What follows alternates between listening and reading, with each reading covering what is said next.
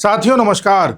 साथियों, जैसा कि आप जानते हैं कि देश की पॉलिटिक्स में काफ़ी घटनाएं हो रही हैं और एक तरह से खिचड़ी पक गई है। कहीं किसी का आंदोलन हो रहा है, कहीं किसी बात पर छात्र नाराज हैं, कहीं कोई कुछ बोल रहा है, कहीं पर सब शांत हैं। बड़ा एकदम जो है माहौल ऐसा हो चुका है कि क्लियरिटी नहीं आ पा रही है।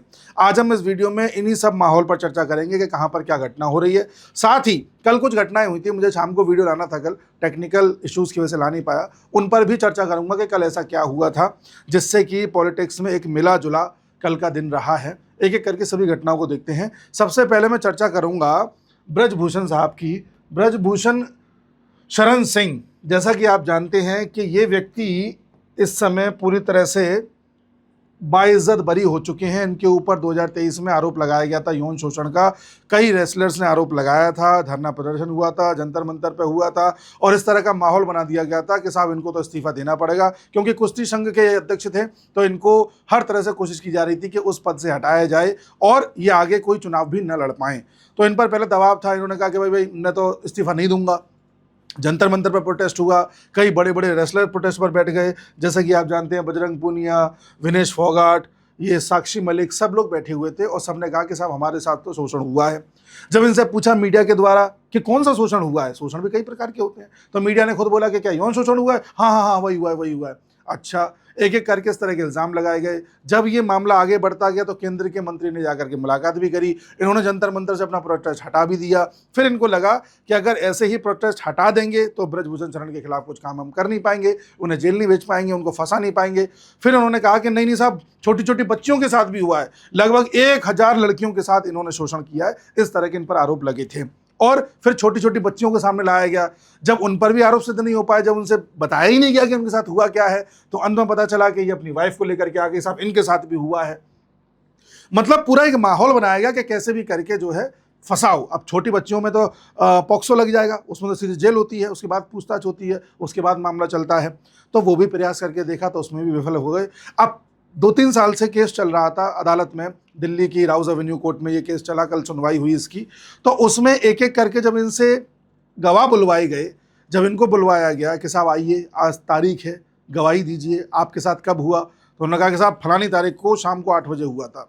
अच्छा, 8 बजे हुआ था, ठीक है साहब, डिटेल्स देखी गई, पता चला 8 बजे ये कहीं और थी, ब्रजभूषण शरण कहीं और थे। उन्होंने कहा नहीं नहीं नहीं साहब, 8 नहीं 11 बजे हुआ होगा। 11 बजे पता चला कि ये कहीं और थी, ब्रजभूषण शरण कहीं और थे। उन्होंने कहा नहीं नहीं साहब, अगले दिन हुआ होगा। अगले दिन पता चला ये दोनों अलग अलग देशों में थे। तो इस तरह से जब मिसमैच होने लगा और इनकी गवाही भी मिसमैच होने लगी और कई तो पीछे हट गए, जैसे साक्षी मलिक, वो तो पीछे हट गई, केस ही वापस ले लिया कि साहब नहीं ऐसा कुछ नहीं हुआ। जब पूरी तरह से मामला कमजोर होता चला गया और कोई सबूत ऐसा नहीं मिला कि इनको फंसाया जा सके, तो कल इनको बाइज्जत बरी कर दिया गया। एक दूसरी बात यह कि विनेश फोगाट के बारे में आप जानते हैं कि किस तरह से कांग्रेस से इन्हें टिकट मिल गई, अब ये एमएलए है हरियाणा में, तो ये भी आप जान रहे हैं। साथ ही आप ये भी जान रहे हैं कि किस तरह से ब्रजभूषण शरण एक बाहुबली नेता है, प्रभावशाली हैं, इनके खानदान के न जाने कितने कॉलेज चल रहे हैं, 50 कॉलेज चल रहे हैं, तमाम तरह के व्यापार हैं इनके, तो करोड़पति आदमी भी हैं। और यूपी के एक पूर्वी यूपी के एक बड़े सेक्शन में इनका इतना प्रभाव है कि कई सीटों को प्रभावित कर सकते हैं जीतने और हारने के लिहाज से।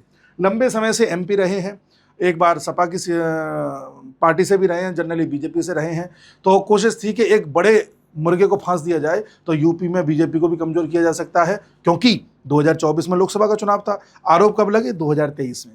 ऐसे याद कीजिए, यूपी का चुनाव 2022 में था, तो उस समय किसान आंदोलन हुआ था कब? 2022 की शुरुआत में, और 21 से स्टार्ट कर दिया गया था। तो हर बार या तो यूपी के चुनाव आएंगे या केंद्र के चुनाव आएंगे तो कोई ना कोई आंदोलन होगा, कोई ना कोई प्रोटेस्ट, कोई ना कोई आरोप लगाए जाएंगे और बड़े बड़े मुर्गों को फांसने का प्रयास किया जाता है, फिर चाहे वो मंत्री हो या फिर इस तरह के कोई नेता हो। अब ये जो ब्रजभूषण साहब हैं, इनका जो प्रभाव रहा है, पहले तो मैं ये बता दूं, 1991 में गोंडा से भाजपा से लड़े थे, 1999 में गोंडा से भाजपा से लड़े थे, 2004 में बलरामपुर से भाजपा से लड़े थे, जीत गए थे। ये सब वो सीटें हैं जहाँ ये एमपी रहे हैं। फिर 2009 में कैसरगंज से समाजवादी पार्टी से लड़े थे, फिर 2014 में कैसरगंज से भाजपा से लड़े, 2019 में कैसरगंज से फिर भाजपा से लड़े। लेकिन 2024 में इनको टिकट नहीं दिया गया क्योंकि इन पे आरोप लग चुके थे, तो इनके बेटे को दिया गया था। इनका जो प्रभाव है वो कैसरगंज, गोंडा, बलरामपुर, श्रावस्ती, बहराइच और मनकापुर में प्रभाव इनका रहता है। यानी कि ये जो पूरा क्षेत्र आप देख रहे हैं यूपी का, यहाँ पर इनका अच्छा खासा प्रभाव रहता है, कई सीटों को प्रभावित कर सकते हैं, इतने प्रभावशाली व्यक्ति हैं और लोगों में लोकप्रिय हैं। तो साहब इन पर जब आरोप लगे थे और आरोप कल जब पूरी तरह से निराधार पाए गए तो ये बाइज्जत बरी तो हो गए, लेकिन 3 साल तक जो नुकसान हुआ इनको या भाजपा को या तमाम तरह के लोगों में छवि बनी, उसका क्या। अब सवाल पहला ये उठता है कि जब इन लोगों ने कहने पर, किसी के कहने पर ही आंदोलन किया, तो इस आंदोलन से कुश्ती संघ में एक अविश्वास का माहौल बना। इसके साथ ही हमारे देश को एक बड़ा नुकसान हुआ था, जो मैं आपको विद लिंक दिखाना चाहता हूं। ये नुकसान देखिए, Asian wrestling championship 2023 moved from New Delhi to Astana Kazakhstan. यानी कि दिल्ली में एशियन रेसलिंग चैंपियनशिप होनी थी, जिसको यहां से हटा करके कजाकिस्तान ले जाया गया, ये कह करके कि भारत में लड़कियां सेफ नहीं है। इससे छवि किसकी खराब हुई? भारत की खराब हुई। तुम तो कांग्रेस का टिकट लेके चुनाव जीत के एमएलए बन गए, तुम लोगों ने तो अपने अपने काम कर लिए, लेकिन छवि भारत की खराब हुई।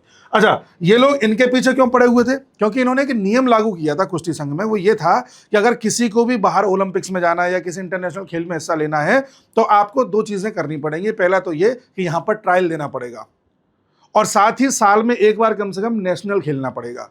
इस बात से एक बवाल हो गया कि साहब नेशनल क्यों खेलना, जरूरी क्यों है, हम तो साहब अपने हिसाब से जाएंगे जैसे जाते हैं। तो इस बात को लेकर के माहौल बनता चला गया था, और पूरी पॉलिटिक्स किस तरह से हुई। मैं ये टॉपिक क्यों छेड़ रहा हूं? इसलिए छेड़ रहा हूं कि हर प्रोटेस्ट ऑर्गेनिक नहीं होता। अभी आपने जंतर मंतर पर देखा जो नौटंकी सीजेपी वालों ने करी, वो कोई प्रोटेस्ट नहीं था। अगर छात्र उनके साथ जुड़े होते तो 18 दिन तक उनका जंतर मंतर खाली नहीं रहता। 15-15, 20-20 लोग नहीं होते वहां पर, खाने के टाइम पर 200 हो जाते थे। 20 तारीख को ही एकदम से जुलूस आता है और टूट पड़ता है, संसद की तरफ चल देता है, तोड़फोड़ कर देता है, गाड़ियां गिरा देता है, पुलिस वालों को मारता है, पथराव करता है, फिर पुलिस को लाठीचार्ज करना पड़ता है। तो उस क्राउड में बाद में पता चला कि 2800 से ज्यादा ऐसे लोग थे जो हिस्ट्री सीटर थे या जिनके साथ कोई ना कोई केस चल रहा था। कई ऐसे मर्डरर्स वहां पर थे, कई पॉलिटिकल पार्टीज के लोग वहां पे थे, फिर चाहे आम आदमी पार्टी हो या ये आपके चंद्रशेखर रावण की पार्टी हो या लेफ्टिस्ट जितनी भी पार्टी इनके ग्रुप्स आए हुए थे। तो वो बाकायदा लाए गए थे, और जिस तरह से फिर गाली गलौज उन्होंने करी थी, जिस तरह से तोड़फोड़ करी थी, वो छात्र बिल्कुल नहीं थे। अगर आपको छात्र देखने हैं तो झारखंड में देखिए, झारखंड में भी लंबे समय से प्रोटेस्ट चल रहा है, पिछला 1-1.5 हफ्ते से। वहां पर एक भी पत्थर नहीं फेंका, एक भी तोड़फोड़ नहीं हुई, कोई हिंसा नहीं हुई, किसी तरह की गाली गलौज नहीं हुई, लेकिन प्रोटेस्ट कर रहे हैं बच्चे अपने तरीके से। वो हैं छात्र। लंबे समय से, पिछले 1-1.5 हफ्ते से ही पंजाब में प्रोटेस्ट चल रहा है। वहां पिछले 4 साल में न जाने कितने पेपर आउट हुए हैं, पेपर लीक हुए हैं, लेकिन उस पर कोई कवरेज नहीं कर रहा है। और इतना ही नहीं, एक चीज मैं आपको और बता दूं, ये है प्रियांक खड़गे। ये मल्लिकार्जुन खड़गे के बेटे हैं। मल्लिकार्जुन खड़गे कांग्रेस के अध्यक्ष हैं इस वक्त। इन्होंने कल बयान दिया है कि देखिए, अगर कर्नाटक में प्रोटेस्ट होता है तो 25 दिन तक मैं प्रोटेस्ट करने दूंगा, फिर उन पर लाठीचार्ज करूंगा, फिर जेल भेजूंगा, और उसके बाद इस्तीफे के बारे में सोचूंगा। क्योंकि कर्नाटक में भी कांस्टेबल का पेपर लीक हुआ है, उसके लिए प्रोटेस्ट होने की बात कही जा रही है। तो खुलेआम या डंडे मारने की बात करी जा रही है, जेल में भेजने की बात करी जा रही है, इस पर कोई चर्चा नहीं कर रहा, क्योंकि कर्नाटक में कांग्रेस की सरकार है। झारखंड में चर्चा क्यों नहीं हो रही? क्योंकि वहां पर आपकी हेमंत सोरेन की सरकार है, झारखंड मुक्ति मोर्चा की। पंजाब की क्यों नहीं बात हो रही? वहां आम आदमी पार्टी की सरकार है। बात कहां हो रही है? नई दिल्ली में, क्योंकि वहां पर बीजेपी की सरकार है केंद्र में। तो साहब, मैं ये नहीं कह रहा कि नीट का पेपर आउट हुआ था तो मैं उसे जस्टिफाई करूं, नहीं, गलत था, और जितने पेपर आउट हो रहे हैं सब गलत है। लेकिन जब सेलेक्टिव आउटरीच होता है तो आप समझिए किस तरह से पॉलिटिक्स की जाती है।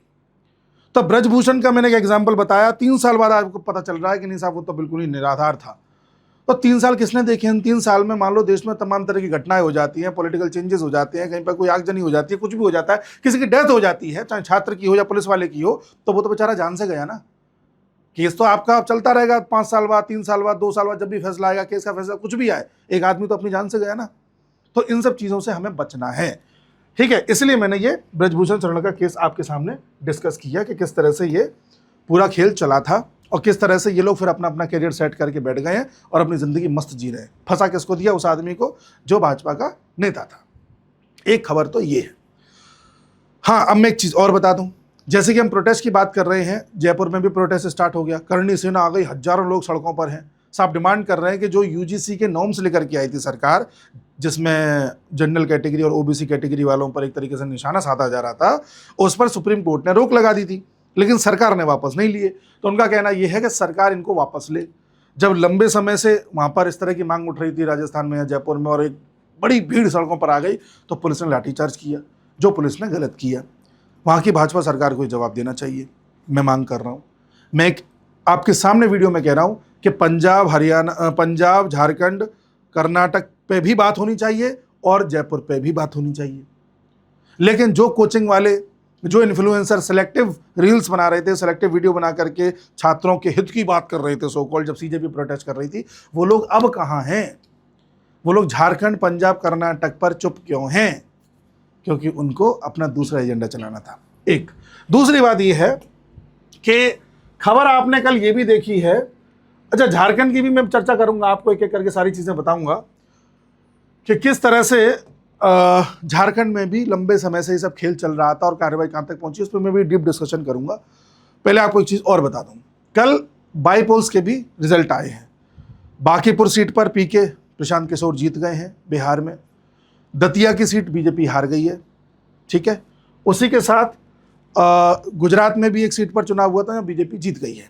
दतिया में आप जैसा कि जानते हैं हमेशा से एक विवादित वो सीट रही है, उस पर कांग्रेस के ही एमएलए जीते थे, फिर वो किसी मामले में जेल चले गए तो सीट खाली हो गई, फिर वहाँ पर बाईपोल कराया गया जो विवादित रही, और उस बाईपोल में जो बीजेपी के कैंडिडेट थे वो बुरी तरह से हार गए हैं।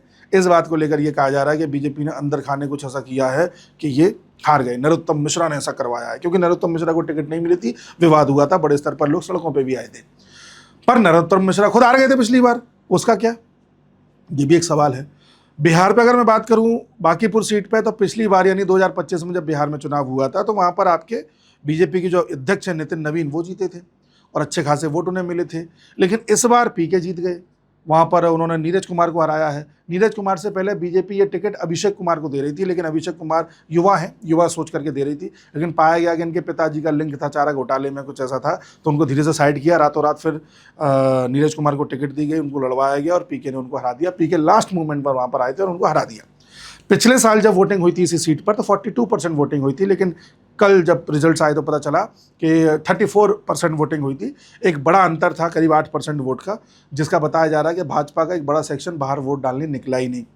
मैं ये नहीं मानता, मैं मानता हूँ अगर भाजपा का वोटर निकल भी आता फिर भी प्रशांत किशोर जीतते, क्योंकि उनकी अपनी एक पकड़ है, चेहरा है, एक लोगों में उनके प्रति एक विश्वास भी जाग रहा है। प्रशांत किशोर पिछले साल बिहार में जब चुनाव हुए थे तब लड़े नहीं थे, लड़ते तो तब भी वो जीत जाते। एक बात ये है। दूसरी बात ये है कि लोग ये कह रहे हैं कि अब तो साहब बीजेपी का डाउनफॉल स्टार्ट हो गया है, देखो बिहार में बीजेपी अध्यक्ष की ही सीट हार गए, वो अपना जो बूथ है वो भी नहीं बचा पाए।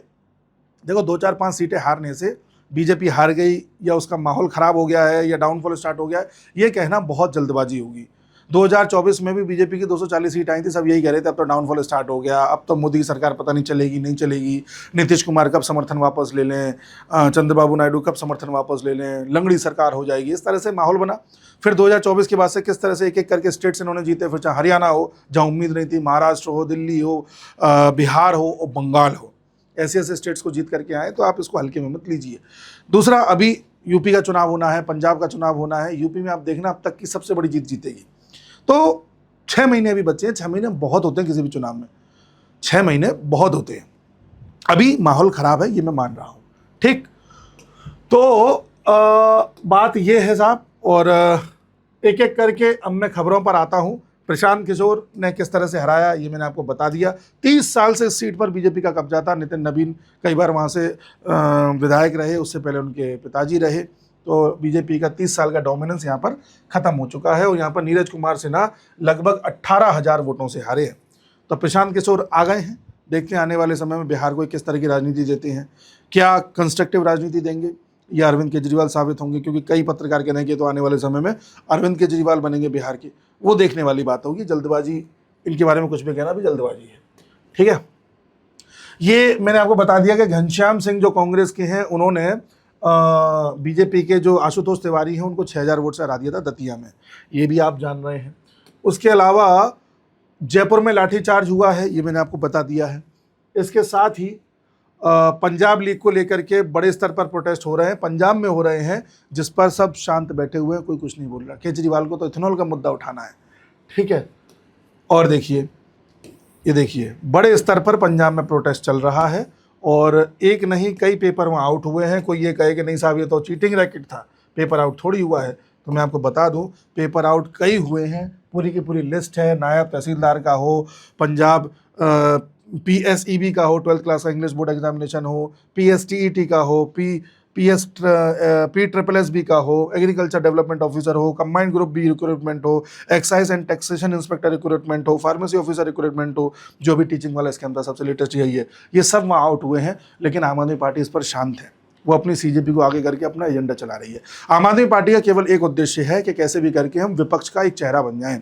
अरविंद केजरीवाल ये चाह रहा है कि मेरी चाहे बदनामी हो, मैं कितना भी एक्सपोज हो जाऊं, कुछ भी हो जाए, बट न्यूज़ में मैं बना रहा हूं, जिससे कि नेशन वाइड लोगों को ये लगे कि कांग्रेस नहीं, आम आदमी पार्टी हमारा फ्यूचर है। पॉलिटिक्स में कैसे भी आप चर्चा में बने रहो, चाहे पॉजिटिव वजह से या नेगेटिव वजह से, चर्चा में होने चाहिए आप। एक समय के बाद लोग भूल जाते हैं कि आपने को कर्म किस तरह के किए थे। फिर आप लोग ये देखते हैं कि बीजेपी को हराना है तो सामने कौन दिख रहा है, केजरीवाल, चलो उसको जिता देते हैं। जबकि केजरीवाल जैसा भ्रष्ट आदमी, चाहे दिल्ली का रिकॉर्ड उठा के देख लो, उसने कोई काम नहीं किया। पंजाब देख लो, पंजाब की स्थिति पहले से भी खराब कर दी। और केजरीवाल, उसका शीश महल तो सबको दिख रहा है ना, वो तो हवाबाजी नहीं है। आप कहोगे शराब घोटाले पे तो केस चल रहा है, चलो चल रहा है, शीश महल तो दिख रहा है ना। ऐसे इंसान को भी लोग वोट दे देंगे, क्योंकि लोगों में जब नफरत होती है बीजेपी को लेकर के, बीजेपी को लेकर के दो ही तरह के माइंडसेट मिलेंगे आपको। एक तो वो जो बहुत ज़्यादा कट्टर समर्थक हैं, एक वो जिनको बहुत ज़्यादा नफरत है। जिनको नफरत है वो बीजेपी को हराने के लिए किसी के साथ भी जा सकते हैं। जैसे यूपी में मान लो मुसलमान सपा को वोट देगा, या मायावती को देगा, या चंद्रशेखर रावण को देगा, या ओवैसी को देगा, वो ये देख करके देगा कि कौन जीत रहा है। उसका उद्देश्य ये नहीं है कि कुछ डेवलपमेंट करने वाले नेता को हम लेकर के आए, उसका उद्देश्य ये है कि बीजेपी कैसे हारेगी, बस ये बता दो। तो ये एक पॉलिटिक्स का बड़ा पैतरा रहता है जो केजरीवाल इस समय खेल रहा है। एक खबर मैं आपको और बताऊं जो कल की ही है। कल ही अभिजीत दीप के नाम का जो फ्रॉड है, इसने एक बयान दिया कि मोदी अपनी डिग्री दिखाएं। अब मोदी साहब की डिग्री उजागर है सबके सामने, MA की डिग्री सब कुछ है। लेकिन मैं एक सवाल ये पूछता हूं कि जिसके लिए ये काम करता है मनीष सिसोदिया, क्या इसके पास कोई डिग्री है? इसके पास कोई डिग्री नहीं है साथियों। और ये दिल्ली का शिक्षा मंत्री था मनीष सिसोदिया, और शिक्षा मंत्री के साथ साथ शराब मंत्री भी था। और ये पहला ऐसा व्यक्ति था जो शिक्षा मंत्रालय और शराब मंत्रालय दोनों लेकर के बैठा हुआ था। टोटल 18 मंत्रालय इस पर थे। तो ऐसे इंसान जिसके पास डिग्री नहीं है, उस पर आपने 18 मंत्रालय दे रखे थे। किस मुंह से आप ये कह रहे हो कि मोदी अपनी डिग्री दिखाए? और मोदी अगर डिग्री की ही बात करनी है, और डिग्री बाजी ही आपको करनी है, और डिग्री ही लीडरशिप का पैमाना है, तो आप ये बताइए कि जो कर्नाटक के होम मिनिस्टर हैं प्रियांक खड़गे, जो कल ये बोल रहे थे कि लाठी चलवा दूंगा, मल्लिकार्जुन खड़गे के बेटे, इनके पास कौन सी डिग्री है? इनके पास ना डिग्री है, ना डिप्लोमा है, सिर्फ सर्टिफिकेट है एक। और ये कर्नाटक के होम मिनिस्टर हैं, IT मिनिस्टर हैं। किसी ने सवाल पूछा? नहीं पूछा होगा। और अगर डिग्री की बात है तो केजरीवाल के पास तो IIT की डिग्री है, वो तो IRS भी था। उस हिसाब से तो केजरीवाल को बहुत अच्छा लीडर और बहुत ऑनेस्ट पॉलिटिशियन होना चाहिए था। लेकिन वो किस तरह का है हम सब जानते हैं। इंजीनियर की डिग्री तो ओसामा बिन लादेन के पास भी थी, पर वो क्या था वो हम सब जानते हैं। तो साहब, डिग्री इस बात का पैमाना नहीं है कि आपके अंदर लीडरशिप क्वालिटी भी होगी। एक कॉलेज में अगर 500 लोग पढ़ रहे हैं तो 500 के पास डिग्री आ जाती है। लेकिन जरूरी नहीं है कि सबके अंदर लीडरशिप क्वालिटी हो या सब स्किल्डफुल हो, जरूरी नहीं है। और जरूरी भी नहीं है कि एक अनपढ़ आदमी देश नहीं चला सकता है। मैं मोदी जी को अनपढ़ नहीं कह रहा, मैं ये कह रहा हूं कि एक टाइम वो था कि जब बिहार के मुख्यमंत्री लालू प्रसाद यादव की वाइफ राबड़ी देवी बन गई थी, जो अंगूठा छाप थी, तब आपने सवाल नहीं पूछा। लेकिन यहाँ आपको पूरा का पूरा एक प्रोपेगेंडा चलाना है। मनमोहन सिंह जी खूब बड़े अर्थशास्त्री थे, सब कुछ था, सम्मान है उनका पूरा। लेकिन 2004 में जब देश उनको मिला था, तब देश पूरी दुनिया में इकोनॉमी के मामले में 11वें स्थान पर था। और जब 2014 में वो गए तब भी 11वें स्थान पर था। क्यों उसको टॉप 3 में नहीं लिया है मनमोहन सिंह जी? और मोदी जी को जब 2014 में देश मिला था तो 11वें स्थान पर था। आज टॉप 5 में है, कभी 5-6 में झूल रहा है ईरान वॉर की वजह से, वरना टॉप 5 में वो मान के चलो बहुत जल्द टॉप 3 में आ जाएगा 2029-30 तक। तो ऐसा आदमी, मान लो आप मोदी को अनपढ़ मान लो 1% के लिए, तो ऐसा अनपढ़ हमें जमेगा। ऐसा पढ़ा लिखा केजरीवाल जैसा नहीं चाहिए। ठीक है साहब, तो ये भी एक मैं जो है चर्चा करना चाह रहा था। इसके अलावा भी और चीज़ें हैं जो मैं आपको बताना चाह रहा हूँ। देखो, पंजाब में छात्रों का प्रदर्शन हो रहा है, ये पंजाब का है, ठीक है। यहाँ पुलिस सब कुछ करती है, लाठी चार्ज भी करती है, धक्का मुक्की भी करती है, वाटर कैनन भी चलाती है, गिरफ्तारी भी करती है, सब हो रहा है। लेकिन कोई चर्चा करने पर इस पर नहीं करना चाहता। ये इन्होंने कल बयान दिया था कि देखो 25 दिन तक भूख हड़ताल करें, फिर हम उन पर लाठी चार्ज करेंगे, उसके बाद मैं इस्तीफा देने पर विचार करूंगा, तब तक हम प्रदर्शन कर रहे छात्रों को गिरफ्तार करेंगे। देख लिए, खुलेआम बयानबाजी है। लेकिन आप इस पर चर्चा भी नहीं कर रहे, इस पर आप प्रश्न भी नहीं उठा रहे, इस पर आप लेकर के बिल्कुल सोए हुए हैं। आपको क्या दिखता है? दिल्ली में पुलिस वाले ने लाठी चला दी। अब भाई पुलिस वालों का पत्थर मारोगे तो क्या वो लाठी भी ना चलाएगा? बिल्कुल, ठीक है। इसके बाद राघव चड्ढा ने भी ये बात उठाई कि कर्नाटक में जिस तरह से पेपर लीक हो रहे हैं इस पर क्यों नहीं जवाबदेही कर रही कांग्रेस अपनी। नहीं करेगी साहब, वो कांग्रेस है, मीडिया भी नहीं पूछेगी क्योंकि कांग्रेस है। कर्नाटक में पेपर लीक होने के लिए उपायुक्त जिम्मेदार होंगे, मुख्यमंत्री शिव कुमार ने कहा, डीके शिव कुमार ने कहा है। अच्छा, यहां तो उपायुक्त होंगे, लेकिन जब केंद्र में हो जाएगा तो वहां धर्मेंद्र प्रधान होंगे, दोहरा चरित्र। ठीक है, इसके बाद देखिए बांकीपुर का मैंने आपको बता दिया है, एशियन गेम्स का मैंने बता दिया है, ब्रजभूषण का बता दिया है। झारखंड एसएससी और जेपीएससी दोनों पेपर लीक हुए थे, उसमें पूरे सिस्टम में बदलाव करने को लेकर के भी छात्र मांग कर रहे हैं, जिसको अभी तक नहीं सुना है। और झारखंड में शिक्षा मंत्रालय वहाँ के सीएम के पास ही है। ठीक है, एक चीज़ और, सीएम से याद आया कि जब केजरीवाल जेल गया था 2024 में 6 महीने के लिए, तब ये भी जेल गए थे, साथ साथ गए थे दोनों। केजरीवाल ने 6 महीने तक इस्तीफा नहीं दिया था सीएम पद से, और वो केजरीवाल मोदी का इस्तीफा मांग रहा है E20 पर। देख लीजिए पॉलिटिक्स। वो केजरीवाल जब जेल गया था तो पूरी दुनिया से प्रतिक्रिया आई थी, फिर चाहे यूएन हो, यूएसए हो, लंदन हो, कनाडा हो, ऑस्ट्रेलिया हो, हर जगह से प्रतिक्रिया आ रही थी कि देश का एक मुख्यमंत्री जेल में पड़ा हुआ है, जबकि ये भी जेल में थे, इस पर कोई बात ही नहीं कर रहा था। तो यानी केजरीवाल का अच्छा खासा कनेक्शन या अच्छी खासी सेटिंगबाजी है। ठीक है, कट ऑफ में गड़बड़ी, OMR शीट में हेरफेर, रांची में जारी जंतर मंतर जैसे प्रोटेस्ट की वजह क्या है? तो वजह यही है, वजह देखो, आराम से छात्र कर रहे हैं, अपना लाइट जला करके, कहीं पर कोई मशाल जला करके, गाना गा के, वंदे मातरम गा करके, हिंसा नहीं कर रहे हैं, क्योंकि ये छात्र हैं और सही कर रहे हैं जो कर रहे हैं, अपना करते रहें। सरकार से दरख्वास्त है कि इनकी मांगों को माना जाए। CJP वाले मुस्तंडे कहाँ गए जो छात्रों के लिए आवाज़ उठा रहे थे? जितने भी छात्र इस वीडियो को देख रहे हैं, मैं आपको बस ये बताना चाह रहा हूँ कि आपके लिए आवाज़ उठाना अच्छी बात है, हम भी उठाएंगे। आपके लिए लड़ना अच्छी बात है, हम भी लड़ेंगे। लेकिन आपके लिए आवाज़ उठाने वाला कहीं ऐसा ना हो कि आपके मुद्दे को ढाल बना के वो अपना मुद्दा सेट कर जाए। इस बात का बस ध्यान रखना। ठीक है, कांग्रेस नहीं आ रही है झारखंड के इस प्रोटेस्ट में, क्योंकि वह कांग्रेस भी झारखंड मुक्ति मोर्चा के साथ सरकार में है। ठीक है, देखो ये थोड़ा पुराना आर्टिकल है, आई थिंक ये दिसंबर 2022 का है, जब झारखंड की हाईकोर्ट ने कहा था कि JSSC रिक्रूटमेंट पॉलिसी को जो है आप हटाइए। तब से झारखंड की सरकार ने सुना कुछ नहीं, जबकि कोर्ट 2-3-4 साल पहले से कह रही है। तो मामला ऐसा नहीं है कि अचानक आया है, पुराना है, लेकिन सरकार को मतलब नहीं है। 12 लोग मर गए एक एक्साइज कांस्टेबल रिक्रूटमेंट एग्जाम में। अब सवाल ये उठ रहा है कि दिक्कत कहाँ हुई, ये क्यों मर गए? क्योंकि इन छात्रों से दौड़ करवा दी गई। आप जानते हैं दौड़ भी परीक्षा का एक हिस्सा होती है। 1.6 किलोमीटर दौड़ाना था, लेकिन व्यवस्थाओं की कमी के कारण 10 किलोमीटर तक छात्र दौड़ते रहे। अब छात्रों के लिए वहाँ केले भी आए होंगे, जूस भी आया होगा, ताकि एनर्जी में कमी ना आए। वो कहाँ गए? छात्रों को मिले नहीं, या उन्हें अधिकारी पहले खा गए उनके पैसों को? इस पर भी जांच होती है। इसके साथ ही झारखंड में 159 candidates among 164 held over paper leak allegations in excise recruitment exam. ठीक है साहब, 164 में से 159 ऐसे हैं जिन पर विचार हो रहा है। इसके साथ ही JPSC कार्यालय में CID और रांची पुलिस ने छापेमारी करी। PT परीक्षा रिजल्ट में गड़बड़ी की शिकायतों पर एक्शन, 2026 जुलाई। एक के बाद एक छापेमारी हो रही है, गड़बड़ियां पाई जा रही हैं, लेकिन कोई किसी का इस्तीफा नहीं मांग रहा। इस्तीफा धर्मेंद्र प्रधान का ही चाहिए था। ठीक है जी, आगे बढ़िए।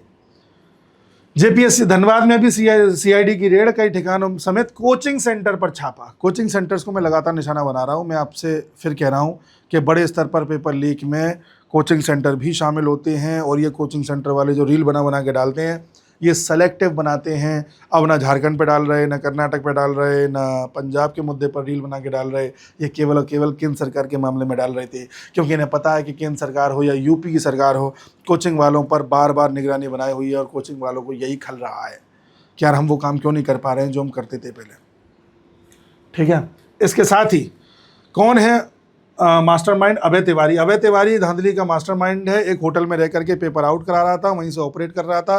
पता चला है कि इसने जो खुद बना अफसर, खुद भी अफसर बन गया था, पत्नी के साथ भाई को बनाया अधिकारी। ठीक है साहब, पूरे परिवार को अधिकारी इसने बना लिया था। किस तरह से वहाँ ये चीज़ आम है। यूपी में ये बड़े आराम से होता था पहले। यूपी में PCS के पता चला पेपर बिक रहे हैं 40-40 लाख में, मतलब 40 लाख रुपए तो आप PCS बन जाओगे, ये आम था। ठीक है जी, इसके बाद आइए, ये झारखंड का ही है। मशाल जला के लोग चल रहे हैं, ऐसा नहीं है कि कोई गाड़ी फूंक दी है, मशाल जल रही है। ठीक है, और से ये लड़की है, इसके 300 में से 299.175 मार्क्स आए थे, फिर भी सेलेक्ट नहीं हो पाई झारखंड के पीजीटी एग्जाम में। इससे ज़्यादा क्या करे वो, 300 में से 300 कहाँ से ले आए, कोई भगवान थोड़ी है। सवाल उठता है कि धांधली किस लेवल पर हो रही है। उसी के साथ वंदे मातरम लोग गा रहे हैं जेपीएससी प्रोटेस्ट में झारखंड में, अच्छी बात है, कोई वायलेंस नहीं है, कोई वेंडलिज्म नहीं है, किसी तरह की कोई गाली गलौज नहीं है। ये होते हैं छात्र, ये भी जेंजी है। वो जो आपने जंतर मंतर पे देख लिए थे कुछ बदतमीज़, वो जेंजी नहीं है, वो जेंजी की अगुवाई करने वाले कोई नहीं है। जेंजी बहुत अच्छा है, जेंजी के पास बहुत काबिलियत है, जेंजी के पास बहुत दृष्टिकोण है। और जेंजी में मान लो 1-8% खराब भी होंगे तो उन्हें हटा दो, हर जनरेशन में होते हैं। वो वोक थे, WOKE, वोक कल्चर है ना, जो आपको जंतर मंतर पे देख रहे थे। लेकिन जेंजी में बहुत ताकत है। तो जो लोग कह रहे हैं जेंजी ऐसे ही होते हैं, जेंजी बहुत अच्छे होते हैं। जेंजी को जरा देखने का नज़रिया आप लेकर के आइए, आपको पता चलेगा जेंजीज के पास बहुत कुछ है। ठीक है, झारखंड के अलग अलग फोटोज हैं, बेचारे बारिश पड़ रही है तो त्रिपाल लगा करके प्रोटेस्ट कर रहे हैं, लेकिन शांतिपूर्ण तरीके से। ठीक है, ऐसे ही आप झारखंड का ही किस्सा बता रहा हूं, जहां पर एक फादर अपने नए पैदा हुए बच्चे को अस्पताल लेकर के गया एक कार्डबोर्ड के बॉक्स में। ना वहां पर किसी तरह की एम्बुलेंस आई, ना ही अस्पतालों से किसी तरह की सहायता मिली, ना सरकारी अफसर, सरकारी पॉलिटिशियन, किसी के द्वारा कोई वहां पर मदद नहीं पहुंचाई गई। सोचो ये मामला अगर कहीं यूपी में हो जाता या दिल्ली में हो जाता तो कितना बड़ा से मुद्दा बनाया जाता। ये पॉलिटिक्स होती है। तो आप पहचानें पॉलिटिक्स क्या है और मुद्दे क्या हैं। कहीं ऐसा ना हो कि आपके कंधे पर रख के कोई बंदूक चला दे और आपका फ़ायदा उसमें हो ही ना। ठीक है, ऐसा ही केस बता रहा हूँ मैं। ये केस भी झारखंड का ही है, जहाँ पर 5 बच्चों को HIV संक्रमित खून चढ़ा दिया। अच्छा, ये HIV संक्रमित खून चढ़ाने की बात कई जगह से आ रही है देश में। क्या ये HIV जिहाद है या किस तरह की ये कहानी चल रही है कि HIV वाला खून चढ़ा दिया? आपने रखा क्यों था वो समझ में नहीं आ रही। मतलब क्या उसका उद्देश्य था, इस पर भी जांच करनी चाहिए, क्योंकि इस समय अलग अलग तरह के प्रयोग किए जा रहे हैं इस देश में अपना एजेंडा चलाने के लिए, जिहाद चलाने के लिए जैसे कहा जाए। तो इस पर भी विचार होना चाहिए। तो साहब, इन शॉर्ट में अगर कहूँ तो पीके का पॉलिटिक्स में आना एक नई उम्मीद लेकर के आ रहा है। बीजेपी के बुरे दिन शुरू हुए, ये एक आम बात बन चुकी है यूट्यूब पर और न्यूज़ चैनल पर। लेकिन एक छोटी सी घटना को आप पूरा अंतिम परिणाम मत मानिए। 6 महीने बाद इलेक्शन है, बहुत कुछ देखने को मिलेगा। अभी तो अमित शाह संसद में भी नहीं आए हैं, पता नहीं कौन सा बिल लेकर के आ जाएं जो पूरी कहानी बदल दे। अभी ये भी बताऊंगा मैं आपको वर्ल्ड अफेयर्स पर वीडियो बना करके कि पाकिस्तान ने अपनी जितनी भी गन्स हैं, 250 गन्स के आसपास बॉर्डर पर लगा दी हैं। किस तरह से नेपाल हिंदू राष्ट्र बनने की ओर बस बढ़ चुका है, किस तरह से वहाँ पर एक क्रांति फिर से जेंजी प्रोटेस्ट ने करी है, किस तरह से इस समय भारत के बाहर अगर देखा जाए तो माहौल इस तरह का बनता जा रहा है जो भारत में एक तरीके से नया दृष्टिकोण लेकर के आएगा आने वाले कुछ ही दिनों में। आप सब भूल जाओगे प्रोटेस्ट वगैरह सब कुछ। तो ये है। बाकी जयपुर में जो हो रहा है वो गलत हो रहा है। और कुछ लोग जो रिजर्वेशन को लेकर के मांग कर रहे हैं कि साहब रिजर्वेशन हटा दो, रिजर्वेशन हटा दो, ये मांग गलत है। रिजर्वेशन हटा दो शब्द ठीक नहीं है। हाँ, रिजर्वेशन पर विचार कर सकते हैं। ऐसा ना हो कि किसी एक SC छात्र को या OBC छात्र को या किसी ST छात्र को रिजर्वेशन मिल गया तो उसकी वजह से दूसरे SC वाले को नहीं मिल पा रहा। जब एक SC वाला ये कहेगा कि नहीं मेरे को मिल चुका है, मुझे या मेरे बेटे को नहीं चाहिए या मेरे भाई को नहीं चाहिए, मैं खुद संभाल लूँगा सब कुछ, ये इसके बदले का किसी और को दे दो, तो सोचो कितने और दलित छात्रों का भला हो जाएगा इसमें। तो इस पर विचार होना चाहिए। क्रीमी लेयर वाला कॉन्सेप्ट लाना चाहिए। जो लोग ये कह रहे हैं सरकार से कि सरकार तो साहब जनरल के विरोध में आ चुकी है, अपर कास्ट वालों के विरोध में खड़ी हुई है, कहाँ खड़ी हुई है? एक UGC नॉर्म्स आए थे जिस पर रोक लग चुकी है और आने वाले समय में आप देखोगे UGC ही खत्म हो जाएगा, इसकी जगह कोई और बॉडी आ जाएगी। तो एक हवा बना देना, चलो मान लिया आप अगर ये कह रहे हो कि साहब UGC के ये बीजेपी जो है जनरल कैटेगरी के खिलाफ हो चुकी है, ये सवर्णों के खिलाफ हो चुकी है, आपको शिकायत है ना, इसके बदले में आप क्या करोगे? इसका विरोध करोगे, एक परसेप्शन बना दोगे। उस परसेप्शन या नैरेटिव से क्या होगा? बीजेपी हार जाएगी, सत्ता से बाहर चली जाएगी। कर दो बाहर, कौन आएगा इसकी जगह? कांग्रेस आ जाएगी और सहायक दल आ जाएंगे, जिसमें समाजवादी पार्टी होगी, तृणमूल कांग्रेस होगी, आम आदमी पार्टी होगी, शिवसेना होगी उद्धव ठाकरे वाली, और उधर आपकी DMK होगी तमिलनाडु से। ये सब मिलकर सरकार चलाएंगे, तब सवर्णों का भला कर देंगे ये? बताइए आप, इस पर विचार करो। इतने साल तक आपने जुल्म सहा है, आज आप कम से कम किसी मुसलमान की गली से कंफर्टेबली जा तो सकते हो। फिर आप नहीं जा पाओगे, पहले भी नहीं जा पा रहे थे, फिर भूल जाओगे सवर्ण और दलित और ये सब। अभी बस ये ध्यान दो कि आप हिंदू हो, इस बात पर यूनाइटेड रहो।